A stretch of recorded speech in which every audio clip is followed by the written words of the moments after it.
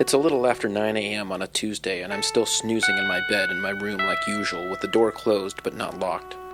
I hear people come in through the front door and enter the living room. It's unusual, indeed unprecedented, that people, plural, enter the house at such an hour. At first I think they're friends of my housemate Jeff, but I soon realize they are not his friends, since Jeff is uttering words of concerned and swift compliance to the entrance. My immediate conclusion is that armed intruders are robbing us. Panic begins to swell. Still in my room, I begin considering options.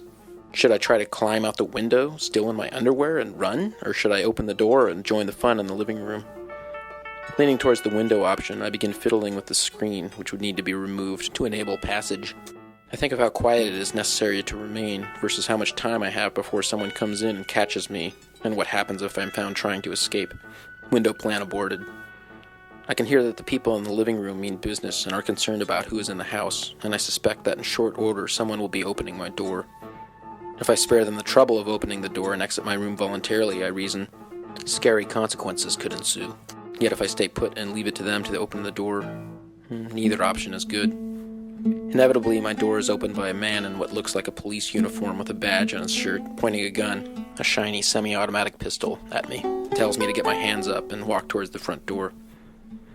My first thought upon seeing him is, it's a robber wearing clothing resembling a police uniform with a badge. Then I realize it actually is a policeman. There are at least 3 other policemen on the premises. One of them is shouting, "Eric Sweet! Eric Sweet! Does Eric Sweet live here? Do you know Eric Sweet?" Another is asking if there's anyone else in the house. Jeff and I explain that there's no one named Eric Sweet who lives here, nor have either of us heard of anyone by that name, although the people who live in the back cottage, with whom we seldom associate, might know him. Except for nearly having to puke, things settle down rapidly once I step out the front door in my boxers.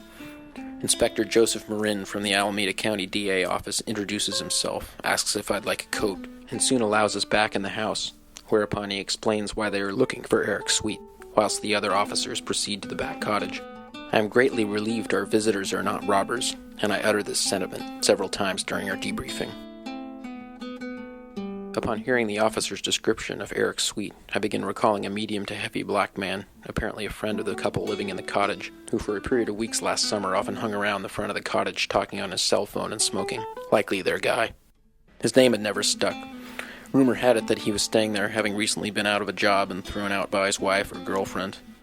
He seemed nice enough based on few and sparse interactions. Inspector Joe explains that Eric Sweet is on probation and gave our address and a recent court appearance unrelated to his probation, in which he testified as a witness involving someone trying to pay him to kill a person, and that's why the police needed to raid our house. It's unclear if anyone was actually murdered. Upon leaving, Inspector Joe thanked us for our cooperation and left his business card. Who knows the answer to the question? We all want to know.